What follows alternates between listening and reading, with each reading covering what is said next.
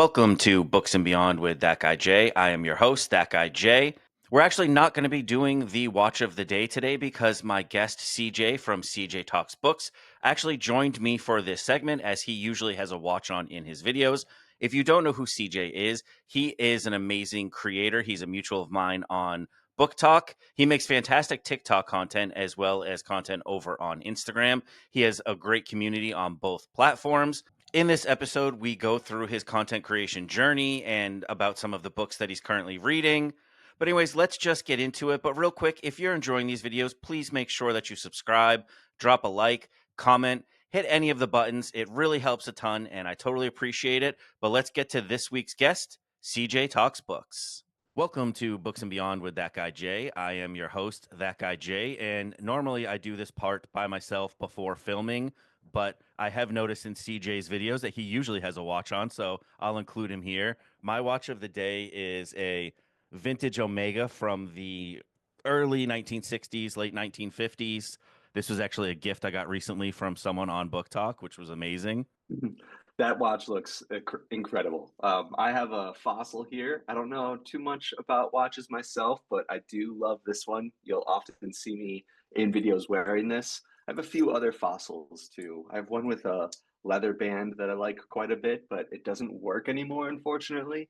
But it was a gift from my wife, so I still wear it sometimes. Yeah, it's worth Um, keeping. I got a fossil yeah. myself for Christmas with a nice leather band, and this one has like the time period appropriate, like grandpa Ooh, stretchy strap.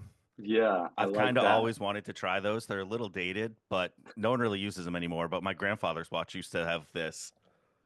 Yeah, I feel like there's an aspect to that I mean, it's like a vintage aspect that I just love. Yeah, I wish mine had that, but no, I had to fit mine specifically. you can still get them. They do still exist. Damn, yeah, I need to look for one. Now, the first question I like to try and ask everybody is, what are you currently reading? I am making my way through the Murderbot Diaries, so I have the first volume, and this one includes All Systems Red and Artificial Conditions. So I finished All Systems Red, flew through that. These are novellas, so they're pretty short sci-fi novellas. Flew through that. It was awesome. Currently reading Artificial Condition, but kind of prepping. Apple TV is going to be releasing a Murderbot Diaries adaptation of these novellas, so I've been kind of reading through the first few to kind of prepare to be able to watch that. I'm also trying to make my way through the Odyssey, which I will admit I haven't been too great on. I'm on chapter four, and I need to continue with that. But also one that I guess I've kind of been reading in preparation for Christopher Nolan's adaptation that'll be coming out. I don't think that's this year. I think that might be next year. But I'd almost love to. I read the Odyssey when I was in high school. I don't know how much of it I actually read. We were assigned it in high school. I guess I should say that. Yeah, that's probably And more accurate for me as well. yeah, I remember like aspects that I definitely read in the book, but I don't remember a lot of it. So I'd like to kind of refresh myself on the story, but then also have enough time between reading it and watching the adaptation that eventually comes out to forget aspects of it again, to kind of be able to go into the movie with a bit of a fresh mind, but still understand the story that Christopher Nolan's trying to adapt. And then I'm also working through a few other books. I have too many books that I'm currently trying to read. I need to slow it down a little, but I've been also reading through The Goldfinch quite a bit. Loving this one. This book is absolutely incredible. It's been quite an experience. Anything that is written by Donna Tartt, I feel like feels like such an experience. And then I'm also reading through Stephen King's End of Watch. Also going a little slow through that. I don't know if you have read much Stephen King or if you've read his Mr. Mercedes trilogy at all. I haven't read the Mr. Mercedes trilogy. It is on my list. I have read a good amount of Stephen King. I've hit like all of the big ones for the most part, except Yeah, for The Stand and It. I have not read The Stand either. I read it. That was one of the first Stephen King books I read, and that was quite a monster to get through. That was quite a big one. And some of his long books are just incredible because his character writing can be so amazing. The Mr. Mercedes trilogy or the Bill Hodges trilogy is fantastic in terms of thrillers, which a lot of people are, from what I've been able to tell, a little tired of Stephen King thrillers and they want him to go back to like his classic horror stories, which I would love to see, but I don't know. I'm not a hater on Stephen King thrillers either. I've been really enjoying that trilogy. I think my favorite Stephen King read is one that is not what anyone expects from him, which is 11/22/63. Oh yeah. I think that's his best work, in my opinion. Yeah. Yeah, I never shut up about that book. I love it so much. I love everything about it. And I love when Stephen King does break away from that horror and even the thriller aspects too. Like 11/22/63 is almost neither in a lot of ways. It kind of blends a lot of genres, I think, but it doesn't feel like horror. It does get thrilling, quite a bit thrilling Yeah. in parts of the book, but Yeah, yeah, it's I currently only have two books going, which is pretty good for me. I normally get a little carried away, but for a physical read, I'm reading The Fires of Vengeance by Evan Winter, which is in the Burning. I think it's a trilogy, but book three's not out yet. mhm. And then I just started on audio before bed, Ringworld, which is an old sci-fi book. Oh, nice. Yeah. Yeah, I haven't checked out either of those yet. The Burning series is very good. Rage of the Dragons is it's pretty much all action. It's a lot of fun. Yeah. I've read all of the Murderbot books though. I'm very excited for the show to come out. I'm slightly nervous. I hope they don't mess it up because it is so good. It is so good. I agree. It's like shocking too because you jump into it and you hear about how, it's a robot who has like kind of overcome and hacked his own governance, but it's so much more than that and it's not like there are in sci-fi when we have a book about robots, we often like have the idea of is this robot more human than other humans?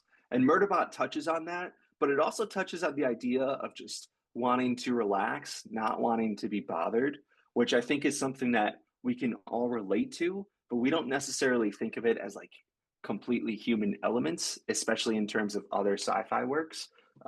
Something that not a lot of other authors and other writers in general have touched on in sci-fi, which I have really appreciated when reading through those novellas so far. And I also really enjoyed with that series the fact that a murder bot is so relatable as a Yeah, character. And like I'm someone who has dealt with anxiety throughout my life, and it's like, oh, it rather has anxiety. Like that's yeah, what's happening here. And it's you don't anticipate a robot to have such a human problem, and it really does. It's just it wants to get through its day with no problems at work, and then just go watch its soaps. yeah, yeah. Right from the start too, it's dealing with anxiety, and it's interesting how we're thrown right into all of that. Like we don't get to understand the character as a robot first. We kind of get to know him with his human elements right from the start, thrown like right into the action. It took me a few pages to kind of understand what was happening. I also love that they're novellas because there's no fat. It's just Yeah. everything that's there needs to be there. There's no extra. It's right to the point. They're all fantastic. Yeah, and speaking of the fact that they're novellas and the adaptation, I am very curious to see how that works and how that goes because you would kind of expect with adapting novellas that they would probably look towards film Yeah. over TV shows. So I'm curious to see like how much of season one they adapt from the books. I haven't been able to find anything online that discusses this. I don't know if you've seen anything. No, I've seen the trailer and that it existed, and there hasn't been a ton of information that I've seen other than that. Yeah. And I'm curious about that too, because is season one going to be the first two novellas, the first novella alone? In which case, that's where I would get worried that they're going to add in a bunch of stuff that doesn't need to be there. Right. Yeah. They probably almost have to in order to like tell this story as a TV show. I would kind of assume that they are likely, I would kind of assume that they're likely trying to go for the first two novellas only because they released these editions like shortly before, like kind of to help advertise the TV show. And this one puts the two novellas together into one book. I don't know if that means that they are going to try to just adapt what we have here, or if they will go further than that. I don't know. But if they're also looking to make a TV show, how many novellas are there? Do you know? Currently, I think there's four novellas and two full-length books. Okay, yeah, I believe. yeah. It, and do you know if that's the conclusion of it, or do you know if Martha Wells is working on more? I believe there's more to come. There is more to come. Okay. Yeah, that's exciting. It'll be interesting to see exactly where that goes and how they adapt it. I'm excited for it. Apple TV so far, I feel like hasn't done too wrong in terms of putting TV shows out. They've been pretty great. I haven't been watching a ton of TV in recent years, and I just realized the other day that all of the TV that I do watch is Apple TV. Yeah, yeah. Them and HBO is like the only two streamers I've been going to lately. And I And agree. I mean, it's not like I watch too much TV shows where we're typically have our heads put in books, but yeah. now that was something I wanted to ask too in terms of books for you. You actually had a video, I saw it yesterday, but I don't know if it came out yesterday, where you were mentioning that you didn't really get heavy into reading until 2022, which is funny because I took a long break from reading and I got back into it in the summer of 2022. Oh, So I'm funny. curious what drew you back. For me, it was Book Talk. I discovered that Book Talk existed and I saw a group of people talking about a bunch of fantasy books I'd never heard of. And I was like, oh, I need to get back to this. That sounds really good. Yeah. Yeah, I feel like so many of us who started reading in 2022 probably started mostly because of Book Talk. That was definitely a huge part of it. Even seeing Nick's videos from Books Are Sick, he was kind of like a huge inspiration to get started with reading and also creating videos.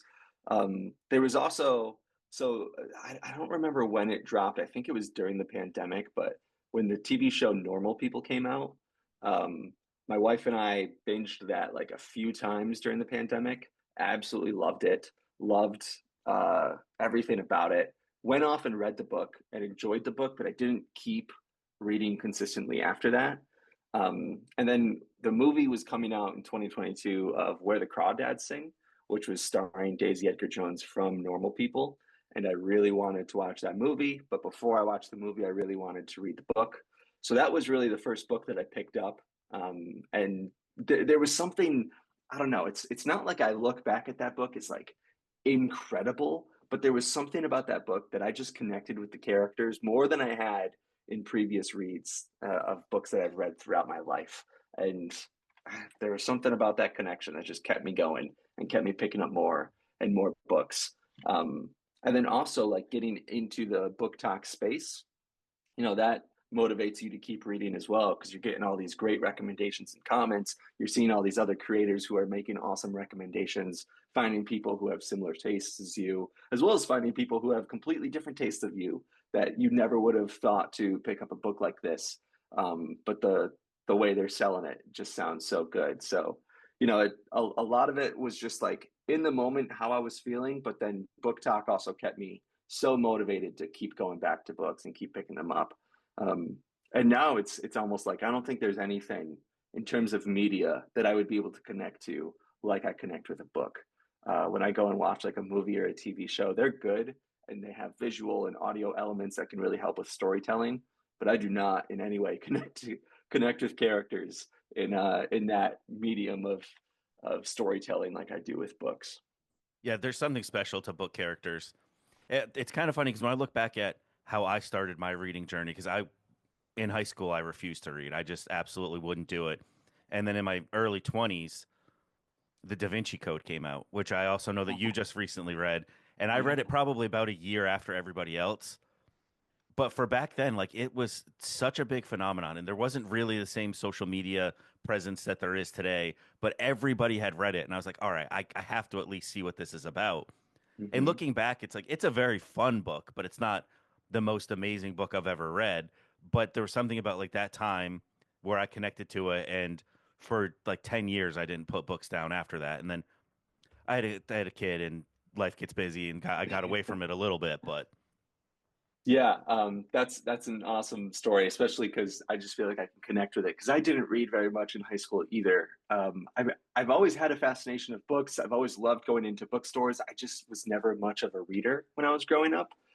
And I remember when the Da Vinci Code came out, but I mostly remember it for the movie, not necessarily for the book. I grew up in a fairly Christian household, so when that movie came out, it was pretty controversial. And I remember my mom, like I remember having a pizza night and renting that movie and watching it.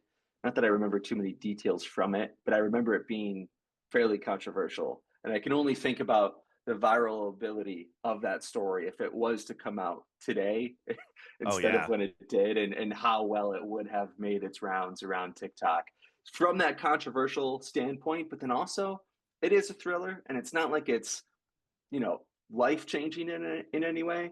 But I do feel like reading through it, I learned so much about the Mona Lisa, about different theories with Christianity and how history has changed. Like, even if a lot of those things in the book aren't true or aren't real, it still offers a lot of really cool and interesting theories that kind of like had me researching a ton throughout it. And because of that, I feel like I learned more than I usually do when reading a fictional book, which was really interesting. Yeah, I would say that that was very true for me as well. It was a whole bunch of stuff that I was not familiar with, and Right. he mixes it into the fiction very well because there is a lot of true information that he included. And I would say if you're interested, his other books are pretty good. They're fun as Yeah. well. I don't think they're quite as special in terms of how you feel, but what the Angels and Demons, I believe, was a prequel. Oh, it's a prequel. I did not realize that. I think so. And then he had some other ones. I think I've read all of his books, but Digital Fortress and I think there's one called like The Origin that was more recent, and Hmm. they're all fun. Like I Hmm. said, I don't think they're quite to the same level, but they are good thrillers. Yeah, I'll definitely check them out. I've actually heard a lot of people say that they prefer Angels and Demons over the Da Vinci Code.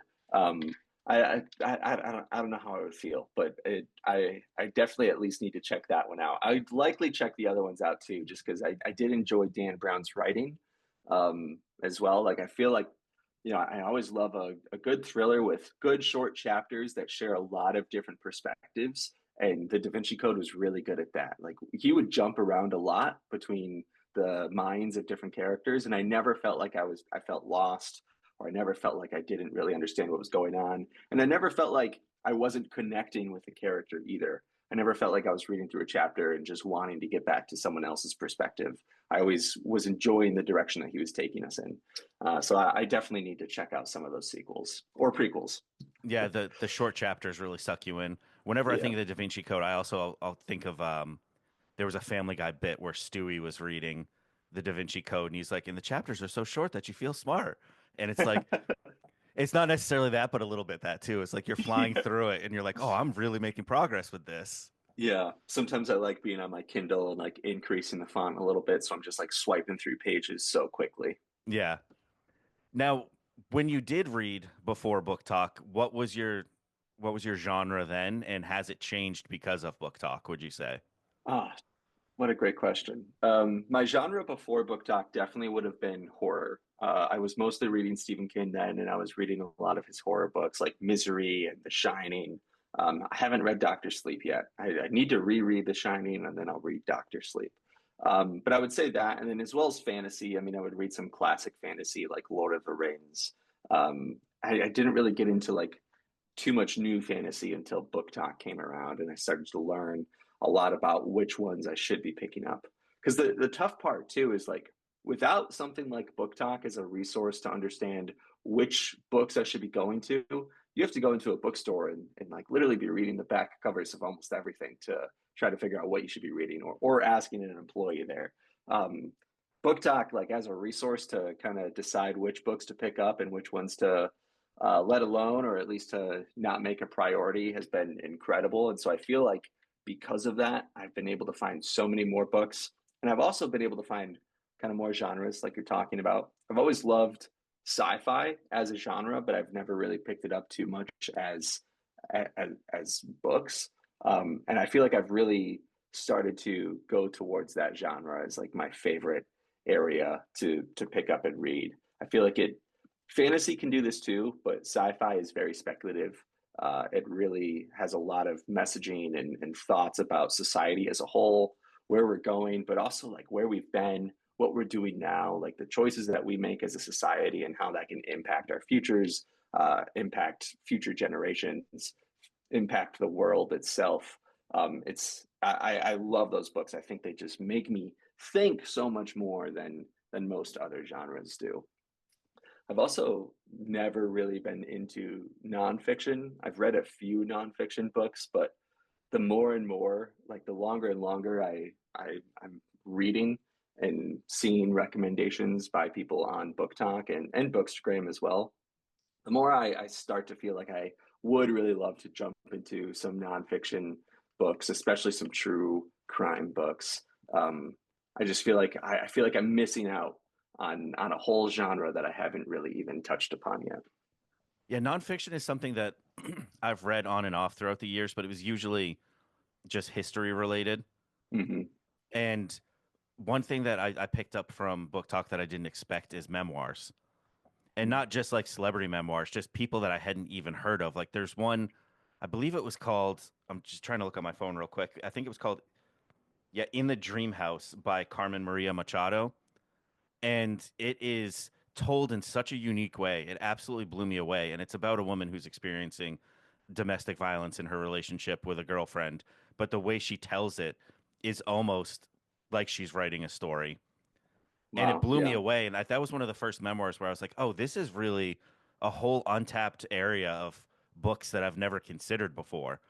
And there's just so many amazing memoirs out there. I'm still trying to pick my way through and find more, but I was really blown away by it. And I would have never considered memoirs before Book Talk because I thought it was just like that's what old presidents write, like that's their Yeah, cash and grab. celebrities, Yeah. right, Yep. And then right. celebrities who more than likely had a ghostwriter. But Yeah, definitely. there's a whole lot more to that genre. And Book Talk's been amazing for me because sometimes I doubt my own rating system Hmm. because I look at the end of the year and I'm like, I've read so many 4-star books. Like, am I wrong? But then I also have to think that Book Talk is helped me curate exactly what I like. So I'm not just going in and blindly picking in a bookstore. Like most of the books I'm picking up, I know that there's a very strong chance I'm going to enjoy it a lot. I'm so happy you said that because I often feel this way too, where like if I go to my Goodreads, almost every book is like 4 or 5 stars. Sometimes I'll have a 3 star thrown in. To find a 2 star or a 1 star on my Goodreads is like incredibly rare. That means I really did not like this book. Um, and yeah, I feel like Book Talk and all of these social media apps where they can give you book recommendations has totally helped me in terms of making sure I am picking up books that I know before I even pick it up without even knowing anything about the book, just hearing about some of the themes that are discussed, hearing what some people have said in terms of how they felt about the book. I can go into it still feeling pretty confident that I'm going to like it. Uh, Also, if we have a book that people either love or they hate, I will tend to side more with enjoying that book over hating that book, just because when I'm reading, I'm often looking for like the kind of the author's perspective as well, and like why they're making certain decisions in a story and trying to understand the message that they're trying to give us through those decisions. And I feel like generally when I'm able to do that and I can kind of connect with the author in that way, I'll tend to appreciate the book and the story more than hate on it. Yeah, I find myself very, very rarely disliking a book to the point of I kind of have a soft goal for this year to DNF a book because I've never done it before. Never done it before? Not that I can Wow. recall, never intentionally. There may be a Hmm. point in my life where I set a book down and never picked it up again just because I forgot about it, kind of. But Yeah, I've yeah. never actively been like, all right, I'm done with this one. I almost did once last year, but it was for a book club. So I was like, no, I'll rally and finish. I had the audio, it wasn't that long. But I think Book Talk is because I've also gotten to know so many people on there in terms of their taste, Hmm. where I can even take someone's negative review and be like, they normally don't like that kind of book, but I do, so I'll probably still like it. Ah, interesting. Yeah, And totally. I think in general, people have gotten really good at reviews on Book Talk as well. I don't think that that's my strong suit. I struggle to hype myself up for reviews. I mostly just describe vibes because like I'm so afraid of being the guy that gives a spoiler that I stay far away from like discussing the plot. I more Yeah, just talk about like basic concepts because I don't ever want to be that guy. That would be terrible. yeah. And I also like, I will honestly, sometimes I think of almost any detail about the plot as a spoiler. Like, I don't know if you've read Project Hail Mary. I have. Okay, so that book starts with the main character having no memory as to what's going on and trying to understand what he's doing here, who he is. So everything he learns from that moment is a plot detail that I don't want to know going into the very beginning of the book. I want to learn it as he's learning it because at least that's how I experienced the book, and I found it to be incredible that way. And I often go into book reviews kind of with that mentality as well. That and you know it can be hard to sometimes not give just the tiniest bit of what the story's about. But I love to just stick to talking about themes, vibes, how the book ultimately made me feel, rather than giving any kind of plot details away. Unless it's like on the cover, it's like the book title. Yeah, if it says it on the back of the book, I feel comfortable with saying it. But Yeah, but also I tend to not read the back of books that often anymore because I feel like my TBR is so curated where I'm perfectly okay going in almost 100% blind. Like if I yeah, know the genre and like the basic idea, like I'm like, oh, that's a near future sci-fi. Okay, I'm yeah. in. Like I don't need more than that. Totally. Yeah, same here. And often the back of books now are just like filled with quotes, and there might not even be much of a synopsis there written anymore. Um, so yeah, I often don't turn to the back of the book either. Yeah, the blurbs have gotten a little bit. It's kind of a lot about who you can get on the cover to blurb you and Yeah, it's yeah, say something nice about you instead of the yeah. Blurbs everywhere. They're on the cover, they're on the back cover. There's typically like a whole page of blurbs when you first open the book. Yeah, they're everywhere now. Now, how's your experience with content creation been? Have you ever created content before Book Talk, or is this kind of your first go at it? I did create content before Book Talk. A lot of that was in the movie space. So, growing up, I always loved writing, and I would write books and I would write screenplays. And definitely in high school and into college, I was feeling more of the like film vibe and wanting to create films. So, I would write a lot of screenplays for films, but that also brought me into reviewing movies and more of the movie space. I also went to college for journalism, so I kind of developed a lot of that while in school. And so I had this whole account. It was called Watching Squares. I don't even know if it's still on Instagram, but you could probably find it on YouTube. That'll have like a bunch of old movie reviews from me that'll have like, maybe a few hundred views on each video. Um, and that was fun. I did that for a little while after college while I was first working. And I've kind of always been doing something in terms of content creation, whether it's doing some movie review videos or posts on Instagram. I've had like multiple different kind of blog news reporting websites with friends that we've run. The first time, though, that I really took it, all right, I'm going to say that I took it more seriously when it came to book talk because I was actually creating videos of myself talking about the books and posting it every single day for quite a while. Whereas in the past, I was posting like a movie review once a week, maybe once every other week, maybe twice a week, but it wasn't every day, definitely not. Um, and I also was hesitant to say more seriously because when I got onto Book Talk, I had been doing content for so long at that point, probably like 10 years, just in terms of all these different formats of it. And what I have learned throughout that 10 years is that no one really cares. Like, no one cares about your content, really. It can be really tough to make it in that type of space. And so, unless you're doing it for yourself, like what are you really doing here? At least that's how I kind of approached it when I entered the book talk space. And that's what I kept my mentality as, like posting every single day, but doing it really for me as a way to almost remember what I'm reading. It can be so easy to finish a book and then start a new one and completely forget everything about the book you just finished. And I looked at book talk as a way to help me almost go over my thoughts over and over again, creating videos, putting my thoughts down onto paper that I would then create into a video or post on Goodreads. Um, and then, people catch on and content starts working. And suddenly it like becomes something that you're doing for people rather than just for yourself, which can be a really interesting transition as well. Um, but it's just something that I've always loved doing. I've always loved sharing my opinion, at least in this type of space. if you see me in person, my face will get super red and I'll get really shy. But like on camera, where it's a little bit more controlled, and you can kind of have some thoughts written down before you share it. Yeah, I've always loved it. I've always loved putting my opinion out there, especially when it comes to creative works, books, and movies and things of that nature. Yeah, I'm super guilty of the forgetting everything about a book once I'm done with it. I was talking last week. I had an author on, and I was saying to him, like, I jump in and out of series a lot, and I think the Hmm. the way I'm able to do that is that I have just accepted that when I close a book, all of the character names are gone. They'll Hmm. come back to me in book two or book three or whatever else. I'll read a summary before I get back into it, but it's just like it's all gone. I remember the plot and I remember what happened, but like specific names, I just lose them. Yeah, And I've totally same.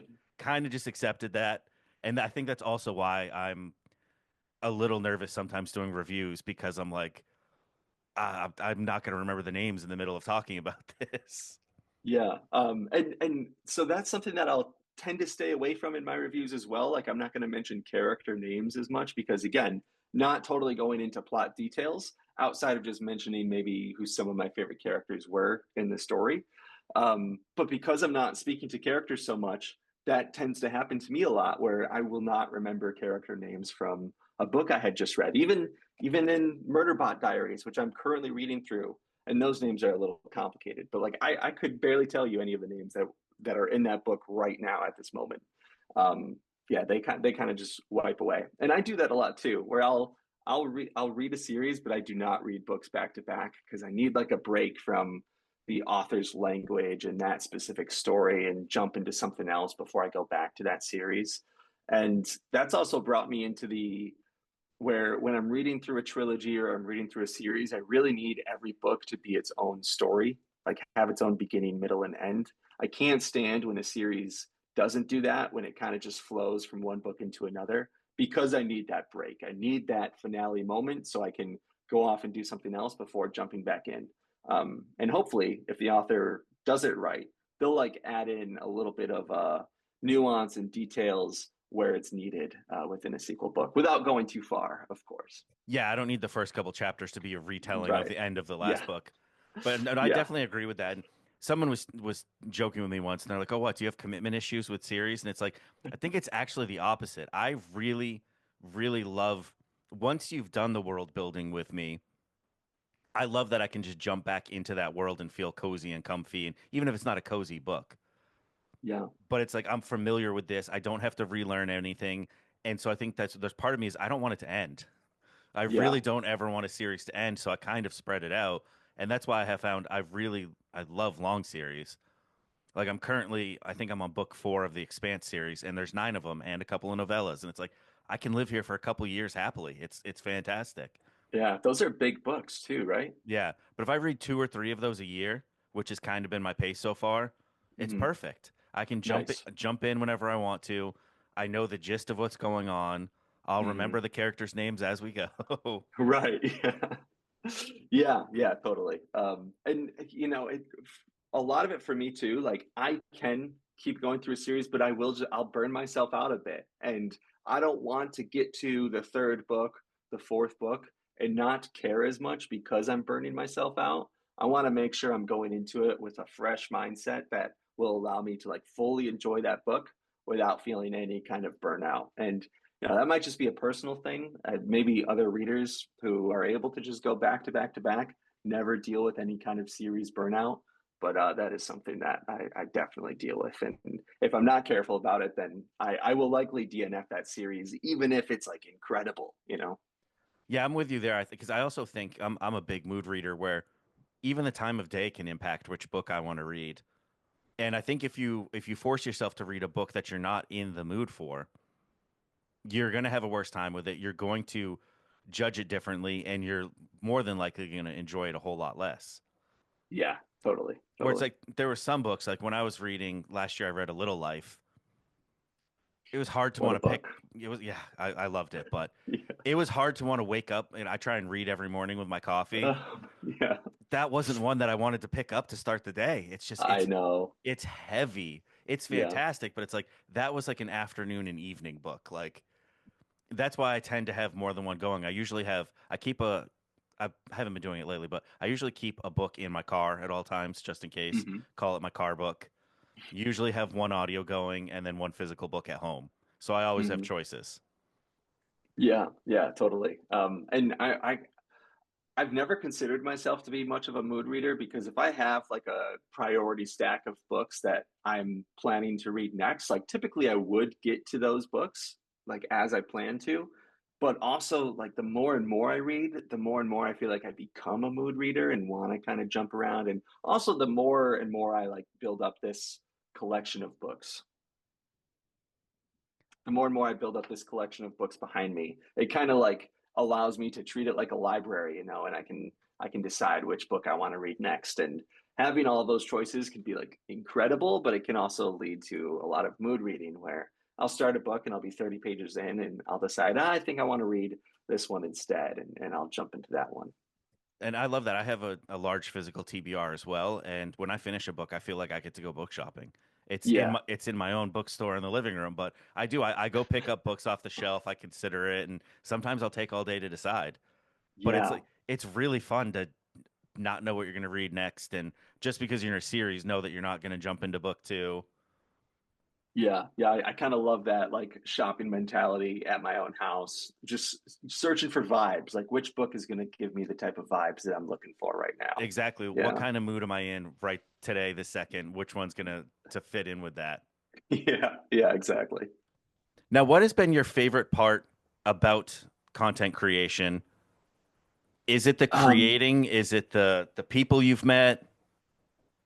Yeah, I think it's definitely, I mean, the content creation is a lot of fun. I do enjoy putting videos together and editing them and also coming up with like fun, creative ideas of what I could do next. But it definitely comes down to the friends we make along the way. Love the people, love all the comments. Like I so appreciate people who comment and give me book recommendations based on like some books I'm talking about in that video. Because like we've been talking about, like that's the best way to curate a TBR. And I couldn't do it without all the people who are constantly commenting on my videos. And then also just all the other creators who are making videos and making awesome recommendations. So that's definitely got to be my favorite part, just the community aspect itself. But also being able to be creative. It's like an outlet that you only get in that kind of space that allows you to be in complete control of the content you're creating and what you're putting out there into the world. So I love that aspect of it as well. Yeah, I think the book talk community has been probably not even probably hands down the most positive community I've ever been a part of, especially online. I mean, I've been online for a long time. Back in the forum days of like the early 2000s, it was a pretty negative place at times.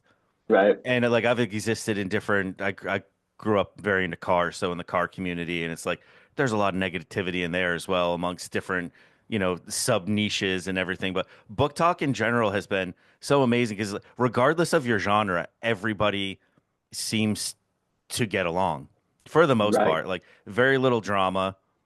So I think the community is my favorite part of it, but an unexpected thing for me was finding out that I enjoy like the whole editing process. Like I'm Mhm. still not super comfortable on camera. I'm challenging myself with a podcast because I have to get used to it.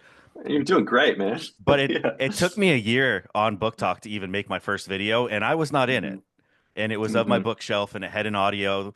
And then it was like I took a long break, and then I was like, all right, I could try a voiceover. That's not too hard. Turns out voiceovers are probably harder than just sticking yourself on camera. So what like software do you use to edit your videos and stuff? I was Just using curious. I was using CapCut for a while Hmm. to edit, just TikToks, Yeah. and Yeah. they changed their whole pricing structure because I did pay at one point, Mhm. and it wasn't worth it anymore for what you got. And so I edit my TikToks in app, and You then do. Okay, nice. for the podcast I use DaVinci Resolve, Okay, cool. and I'm Um, just scratching the surface of that, but I'm trying to learn more about video editing in general. I just last month for my birthday picked up a new camera and mhm. it's pretty strong with video as well. So I'd like to give videography a try just for fun and learn how to color grade and learn how to do all the cool things that I have no clue how to do yet. Right, yeah. The reason why I ask is I use CapCut as well. I use a few other editing applications like when needed because CapCut can be kind of annoying at times, but I still find it has like some of the best dragging features if you're like when you're using your thumb to go through a video. Yeah. Um, and but like something that I do love about content creation is kind of learning these type of skills and forcing yourself to have to learn these type of skills because I think they can be great skills to have like if you're not creating content to still have those skills that can help out in other companies and with other jobs that you might have. Um, I have a friend who's a teacher and like he'll actually teach his students how to like record a video and edit it and stuff. And I think that's such a cool thing to do and encourage more people to create content and put their ideas out there into the world because you never know what'll happen.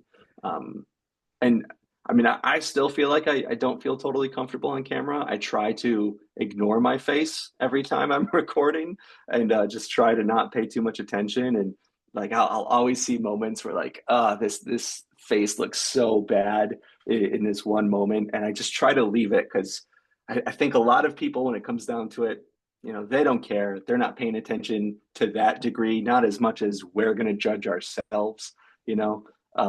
And sometimes I feel like those funny faces and those, I don't know, messing up certain words or something can be just very human, relatable.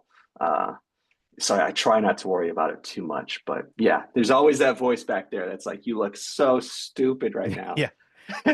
It's funny you mentioned that no one cares. I Hmm. actually saw a YouTube video a week or two ago, and the title was "Nobody Cares About Your Content." And then I was Right. like, "All right, you got me. I'm gonna check out your video. Like your hook worked." And it was exactly that. It's like your friends and family don't care, and not in a negative sense. It's just they're not gonna worry about it. They're not gonna judge you. Nobody's gonna care enough about your content to judge you and think that you look stupid. You think that. And it's Yeah, like agreed. I've reshot a video because it's like I noticed that like I had a section of mustache hairs like pointing straight up, and it's like nobody could have noticed that but me. Yeah. And it's like I've also leaned into I always chop towards the very beginning of my TikToks, so Hmm. all of my thumbnails are basically me being like. And it was like I Yeah. tried to stop doing that for a while, and I was like, it keeps happening. At this point, I just lean into it for the meme. It's like if you scroll through my feed, it's gonna be me doing that face a whole bunch without even Yeah. meaning to. It's just I was super self-conscious of like making a weird mouth noise before, and so I was like, I Right. cut it right up to the first word. So it's like it starts with me like, and it's Right. like Yep. I hated it at first, but now it's like every video I'm like, all right, I got to get the face for the thumbnail for the feed. Like, Yeah. Yeah.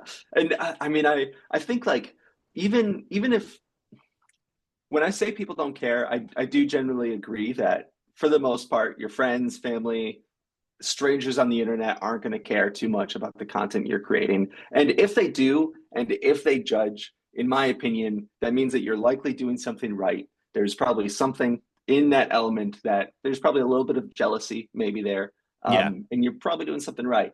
Now, if you're sharing opinions that are hateful or wrong in that sense, then, I would say that people are probably going to care and be upset with you for the correct reasons. But if you're just sharing your love and your passions, and whether that's books or not, I think you're doing something awesome. And if people are going to judge you for it, then screw them. Like that, whatever. yeah, They're not doing anything.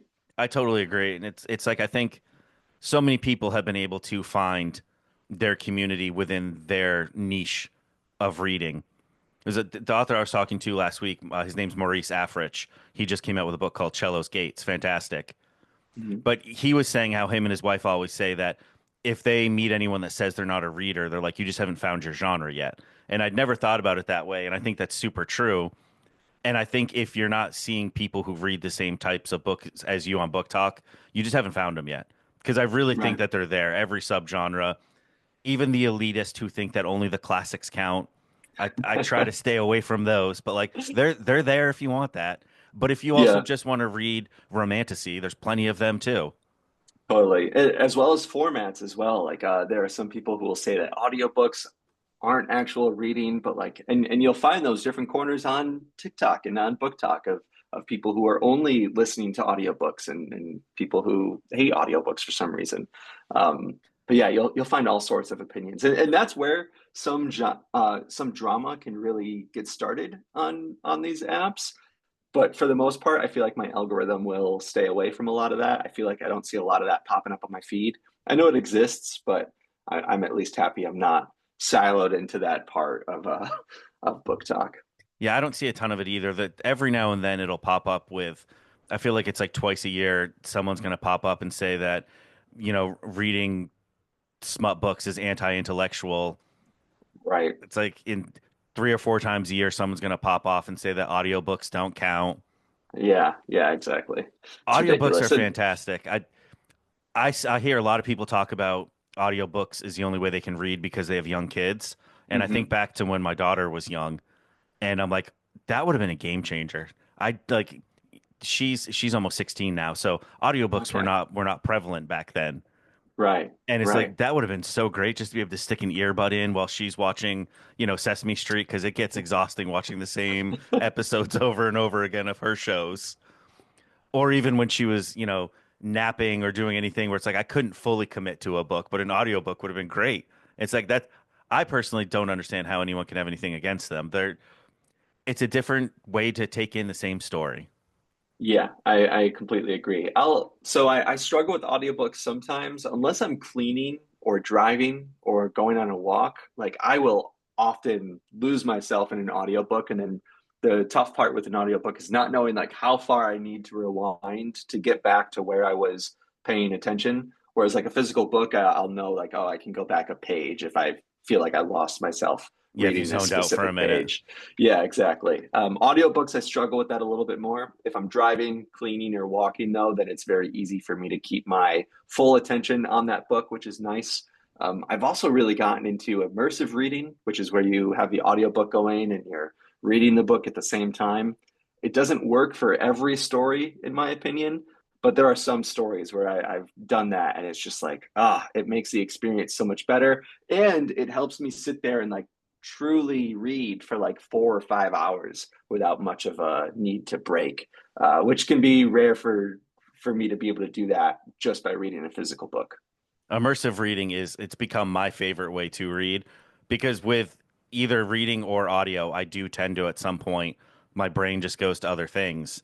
Yeah, And it's like when you're agreed. doing both, it's like if I stop paying attention to the words on the page, I'm still hearing them. And Yeah, vice versa. Sometimes it's like I zone out and realize I'm like I'm not hearing anything they're saying, but I'm still reading. yeah, I've totally. also found that like mindless games can be Mm, fun when you're doing an audiobook. Like I'll for a while I haven't done it in a month or so, but I'll just jump on Minecraft and go mining. yeah, It's like something nice. that's fairly monotonous that I don't have to think about. It's just like but it's keeping me busy enough where it's like my mind isn't wandering away from the book. I'm just listening and then like the other part of me is just zoned in on looking for diamonds. Yeah, I don't play too many video games, but I should try that sometime. I'm a really big football guy, so I sometimes will sit down and play a little bit of Madden.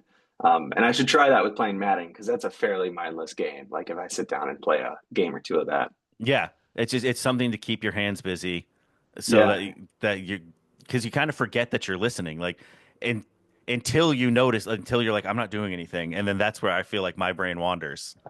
yeah, no, you're right. It's Whereas like like if, if even if you're driving, you don't have to think about driving. You do it every day.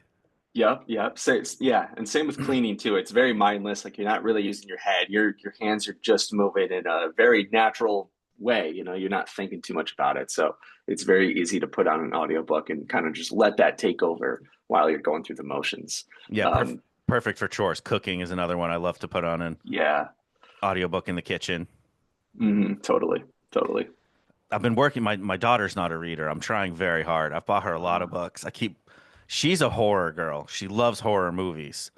So I hmm bought her Clown in the Cornfield and I've gotten her some other horror books and she's just like so resistant. I'm like, try the audiobook. I have Libby. She's like, I don't think I like Yeah. audiobooks. And I was like, you've never tried one. So she really loves horror movies. Yeah, she loves horror movies. Does she Always game at has. all? Does she Yeah. play Minecraft or anything? I guess that would be the time to try to get her to listen to an audiobook. Yeah, she plays a lot of horror games at this point now too. Everything She is does. her main genre is definitely horror. There was this one video game that I played with a friend. I don't even remember what it was called, but you were like a ghost hunter and you had a flashlight. It was on the PC, and you would just Phasmophobia. walk. Probably, maybe. I feel like it was a sequel. So does that game have a sequel? I'm not sure. Okay, I can't even remember the game, but it was terrifying to walk around this house with this flashlight. Like it was in the middle of the night. We had all the lights off in the room, so it was just the computer screen that you could see. It was freaking me out. It was pretty scary. Yeah, my daughter will watch horror movies in the dark in her room like it's nothing, and Yeah, it has that for years. I guess that's the kind of the issue with horror books though, at least in my perspective, is if I'm watching horror movies and those are freaking me out, and then I turn to a book, pretty rarely is that horror book going to really freak me out like the movie did. It's not until I started to read more and more that books could freak me out, but it's more so about like the situation of the book. It's not like the same kind of suspense that you get in a horror movie. It's not like the same kind of build up. Um, so I wonder if there's even like a different way to approach the books that she's reading or like the genre she's reading. If there's a way to show her horror that's not like the typical slasher, scary type of story, but something that is more situationally Psychological. horrifying. Yeah, psychological horror. That would probably be Yeah, good. 'cause some people think it's cheap in horror movies, but the jump scares really do add to the Mm, overall effect of being on the edge of your seat for the whole thing. yeah, especially when you're a kid too. I Yeah. remember like jump scares as a kid were like something completely different. You know, as cheesy as they could be once you started to get older, they were effective when I was a kid. Yeah, I avoided horror movies for a very long time as a child. I watched a movie, it was called Dolls, with Hmm. my older sister, and she's always been into horror, never been afraid of it. And I was 7, and it was about your toys coming to life and killing people who no longer believe in the magic of toys. Oh my And I was like, gosh. I'm in my room surrounded by all my stuffed animals and GI Joes, and I'm like, I love you guys. Like, you're very The real to me. the horror version of Toy Story, essentially. Yeah, it's so I think the next horror movie I watched was 8 or 9 years later. I Wow. literally Yeah. stayed away from it until like mid high school, where I finally was like, all right, I'll give this a try again. That's so interesting to hear that when you were growing up, it terrified you to the point that you didn't watch it for 9 years, but your daughter's loving it. So into it. Yeah. So into it. And Interesting. then the second horror movie that I remember watching was The Blair Witch Project, which also absolutely took me out. It was terrifying. Yeah. What a great one to watch growing up. That was it was really good but I was like, yep, I think I'll take another little break.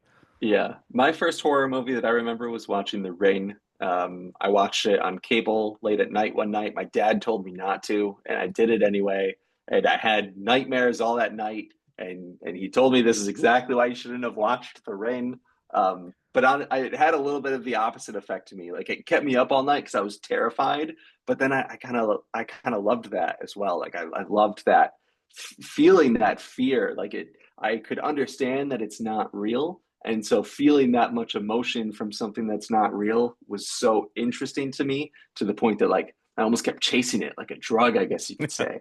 That's a I really interesting way to look at it, though. That really is what horror is all about, is the logical part of your brain knows going in this isn't real, but like it does make you uncomfortable and it makes you feel a lot of feelings. Yeah, I love any kind of piece of media that's going to make me feel like completely alive, and even if that is fear and scared and being scared from something that is terrifying, it's still like something that just, you know, it's very similar to watching a sad movie and just bawling at the end for me, where it's bringing me so much emotion. And no matter what that emotion is, I tend to really respect that that piece of media made me feel that way. Yeah, I think that's ultimately what for me would separate like a 4.5 star book from a 5 stars, how much it made me feel whatever that feeling may have been. It's like Yes. to bring up a little life again, a lot of people dislike that book and a lot of people Hmm. call it, trauma corn. part of me can understand where they're coming from, but I also think that there's so much more to that book that Hmm. some people overlook. Hmm. And it was like, I think that's where I started to notice that a lot of books that wreck me emotionally are some of my favorites. Like, I don't think I'll ever reread that book, and I do enjoy rereading books. I don't think that's going to be one of them, Right. but I'm sure glad that I read it. And Yeah. I loved going on a 40-year journey with a group of friends that remained that close throughout. Like, there's so much to that story that was beautiful. It also Hmm. took place in New York City, and I'm in New York City. I moved here in my mid 20s, and it's like my favorite place. So anytime it Oh, has that dope. connection, I extra Yep. love it. But I to me, it's like I don't think I've read another book that explored a long-term group of male friends in that same way ever before. Yeah. And I think that's part of what I love so much about A Little Life too, is like that journey aspect of that book and feeling like you're spending so much time with these characters, you're getting to know them so well, you're understanding the dynamics between their relationships so well. And I feel like that is such a strong point of that book. And kind of like you said, like there's a lot of devastation in that book, but there's also a lot of beautiful moments, especially in the beginning, which are just so full of love and warmth, and kind of sets you up for being killed by this book by the end of it. And I think a lot of people were so turned off. I mean, there's a lot of devastation that happens in this book, and then it never gets easier as the book goes on, and it gets harder and harder. And I think that can turn off a lot of people. But yeah, I mean, I love and appreciate that book, even if it's also something that I'll probably never go back and re-experience. I think once is enough. But I also think yeah, that I would have to know somebody very well to recommend it to them to know if I think they would enjoy it and if they could handle the more difficult aspects of it. I yeah, wouldn't just willy-nilly recommend that one despite rating it 5 stars and having it be one of my top reads of last year. I don't think that's a book for everybody. And the people who don't enjoy it, it's completely valid. I can see why. It's not like yeah, unaware of why it could be difficult and or triggering for some or just frustrating for some people. But yeah, I totally. do think that some people, when discussing it, seem to have overlooked the really human aspect of it too. Because even amongst the friends, I mean, there's years where you know this guy doesn't talk to this guy, and the group is trying to work around them not speaking, and they're Hmm. navigating life changes from being young men in college to being in their 40s and Yep. beyond. It's just it was a really interesting take on friendship that I Yeah. don't think I've seen in a ton of books. I really enjoyed. I think I'm also learning that I like with Stoner. I like books that cover someone's or at least a big chunk of their life. Yeah. I haven't read Stoner yet. That's been a book that it's been on my shelf for like a while now. It's one that everyone says to read. I've also heard to read it in the fall, so I've been thinking because I've been really close to picking it up these like past few months. But someone recommended that I actually wait until the fall to read it, and it's very much like a fall read. So that's kind of my current plan. I can see If it's that. something, okay, all right, then I can I'll stick to definitely that. see that like a nice fall afternoon. I Yeah. saw several people talking about it, and then I finally uh, added it to my TBR and was like, I need to get to that soon after Books Are Sick when he Yeah. talked about it. And he's like, this is my favorite book ever. And I was like, oh, okay, that's pretty high praise. And like, I feel like my reading lines up with his most of the time. And I was Yeah. like, when someone says it's their new favorite book, I'm like, okay, I'm definitely interested now. Yeah, especially when the book before that was his favorite was 11/22/63 by Stephen King, which has been my favorite ever since I read it. So I feel like if he also loved that book so much and then read Stoner and loved it even more, like, yeah, what am I doing not reading this book yet? Yeah, But I yeah, won't I'll say get it. to it. I won't say any more about it other than it spans his life. But Yeah. I think that much is already known. Have you read any Donna Tartt yet? I haven't yet, but that's on my list as well. Those are some books that I want to get to. The Goldfinch that I'm reading now is very similar to that as well. And in fact, it's kind of given me a little life vibes at times. Not in terms of how devastating the book can be. I mean, this one can be devastating at times too, but not to that degree. And I wouldn't also say it's about friendship in the same way that A Little Life is about friendship. but the way it spans over this main character's life goes over so many different aspects of his life and carries throughout his life, and how like a lot of those themes like play throughout every part of his life as well. Kind of reminds me of a little life at times, so I definitely recommend it to you. I'll definitely have to bump that up my TBR. I've just reintroduced a TBR jar. Oh, you have, yeah. I had one last year and then it kind of just fell out of rotation. And then for my birthday last month, I received a huge amount of books from the book talk community, which was absolutely amazing. So I was Nice. like, the only way that this seems like I'll get to them in a quick enough manner to like do justice to how nice that was. It's like I need to bust out the TBR jar again. I have a book themed coffee mug and it's Nice. perfect for this use. And so I'm trying to get through a book a week Hmm. with that. I might just have to throw Donna Tartt in there because it's one that I have been meaning to get to for a long time. So how does I've always been curious about the reading jar and then also being a mood reader. Like I feel like that would screw me up so much, like picking a random book out of a jar and like I don't know if that's going to be the book for me at this moment, and I'd be almost more afraid to then DNF the book, especially if someone else gifted it to me. Like how do you deal with that mentality at all? So far, it's gone really well. I have never pulled a book and looked at it and been like, "Ah, I'm not in the mood for that." So I've been lucky, I think, in that sense. But then also the way that I've kind of justified it to myself and wrap my head around it is that I'm also reading one to three other books at the same time. You know, you're frozen on me. Oh, there. Yeah, you froze for a second. There we go. You're back. Am I still frozen?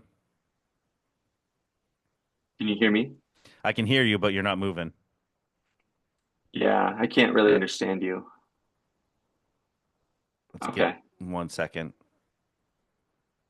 Oh,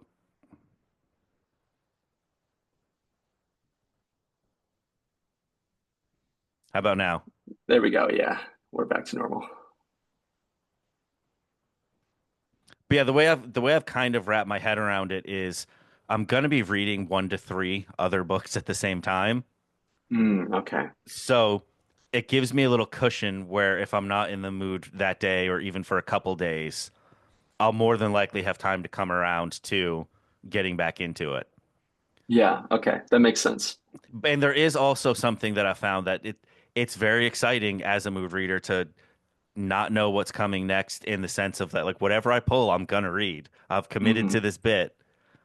You know, internally I'm ready for this. And it's fun to reach in there and see what you get. And Okay.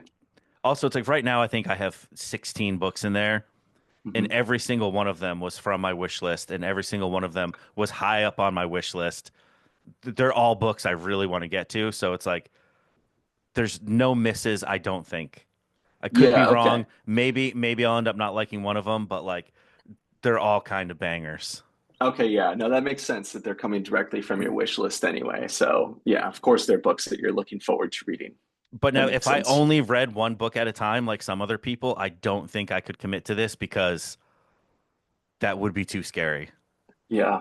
Yeah. Especially because I do read a lot of chunky fantasy books. And it's Hmm. like I can't imagine pulling one that I'm not in the mood for, and it's 700 pages. Yeah, that's what I would be afraid of. But yeah. But I also know that like I usually put on an audiobook before bed. Hmm. So it's like I'm gonna have that. I'm gonna have a Kindle book probably or another physical book. So I give myself a little bit of leeway with the time that I'm gonna take to read that book. Yeah, very cool.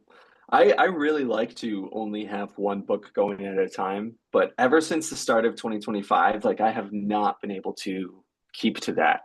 Like I'll typically have one book going, maybe two at the most. Since the beginning of 2025, I don't think I've had less than four going at almost every single point of reading, which has just felt very chaotic for me. But I also feel like, as you start to read more and more books, this is probably just generally going to happen. Yeah, I think that's a path that a lot of us have been down because I was very much the same before book talk. I don't even think I ever considered that you can read more than one book at a time. And initially, my thought was, how do you read so many books and not mix them up? But then Hmm. someone pointed out, is like, you watch different TV shows in the same day and have no problem at all. And it's like, that is a fantastic point I never thought of. Yeah, yeah. That I still get that comment every time I talk about reading more than one book. I'll have people asking how I can keep them straight, and a lot of people will like talk about reading different genres at a single time, or even reading different formats, like having one physical, one Kindle, one audiobook.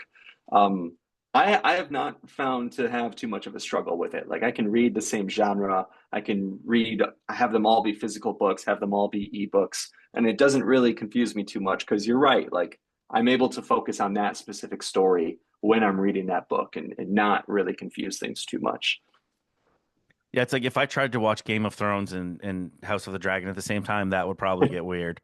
But like Definitely. that's Yeah. oddly specific. But in any other series of TV shows, I've been able to watch them back to like I could flip flop from one to the next and not even doesn't cross my mind because TV has always existed that way. We've always Right. consumed visual media without even thinking about the fact that it's like, oh, we were just watching, Friends and now The Big Bang Theory is on. I hope I don't mix up the characters. It's like, no, we inherently know that they're different things. Like, Yeah, yeah, yeah, and like you said, like Game of Thrones and House of the Dragon would be too confusing because they're talking about the same families and stuff throughout those books. But even if you did Game of Thrones and or House of the Dragon and Reigns of Power, which I think the first seasons were like both releasing at the same time, yeah, they and I were. was watching those without any issue.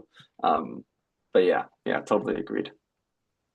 Now, moving forward with your content creation, have you ever considered doing anything longer form like YouTube? Oh yeah, yeah. I feel like I consider this like once a month at least, because I'd love to jump into YouTube and create some more longer formed content. But I also think a lot about like how I'm spending my time. I have a day job that I still work as well, and so having time for that and then also creating content can be pretty tough at times. And having to plan out a schedule for YouTube and actually stick to that content, like I've done that before with movie reviews, and it takes a heck of a lot longer to edit those videos. To plan out those videos can take a lot longer. So I've always like been nervous to bite the bullet and jump into it because I don't want to be inconsistent with it. If I do go into that route, I want to make sure it's the decision that is the best decision for the content that I'm creating and for the people who are going to show up as well. I don't want to disappoint anyone by releasing some YouTube videos and then going like a month or two without any. So it's kind of like when do I find the time, but then also how do I want to jump into longer formed content? Do I want to do it in the form that I've been creating content where I'm just talking about books or I run a podcast of some kind? Or do I want to write a book and maybe have that be something of a longer form piece of content for myself? I'm always playing with these ideas and I love what I'm doing on TikTok and Instagram. So I've been sticking to that. One day I'm sure I'll jump into some longer form content. I just haven't figured out exactly how I want to do that yet. Well, the TikTok and the Instagram content seems like it's been working very well for you. You posted something the other day that sounded interesting to do with a Stephen King adaptation. Can you talk about that? Which Stephen King? Oh, yeah, yeah, yeah. So in his collection of books, If It Bleeds, he has a novella called Life of Chuck, more like a short story. It's very, very short. And kind of like we were talking about Stephen King previously, how he can really jump outside of the horror genre at times. Life of Chuck has nothing to do with horror. It's really about like how expansive and how wonderful life can be, even in like the dullness of adulthood and the everyday actions that we need to take as regular human beings living within our society, and how still wonderful that can be, and how we can create life within our own minds and create stories and cities and countries. Really incredible short story. I mean, Mike Flanagan is going to be releasing an adaptation of that short story in June. I got the chance to see it a little early, thanks to Neon. Really appreciate that. And it was amazing. It was so good. I totally recommend checking out the novella before jumping into the movie because I feel like it almost helped me appreciate the movie even more and understand the story that is being told here because it is kind of obscure in a lot of ways. And I don't want to really jump into how it's obscure because I think that kind of goes into spoilers. But it is not your typical kind of story, especially when you're thinking about Stephen King. So I feel like this one is really special. Mike Flanagan has nailed Stephen King's horror in the past, so to see him take on this kind of story and just nail it like he did was really special. Can't wait for that movie to come out in June. I'm going to be going back to theaters to see it. Definitely bringing my wife with me, and I hope others do too because it's going to be a special one.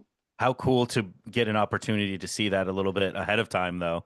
Dude, that like it's wild to me. Like I can't like all the opportunities that come from creating content is really cool. But then when you have like a production company reaching out to you wanting to send you a movie early, like that is a moment that will always stay with me as like so special. Especially because that's kind of how I got started with creating content as well, was doing movie reviews. So if I could go back and tell that like high school senior that one day he's going to have a production company send him a movie a little early, I don't know. I'm just like blown away. I'm so thankful. I'm so lucky. Really It's full awesome. circle moment there when you think about it. And Yeah.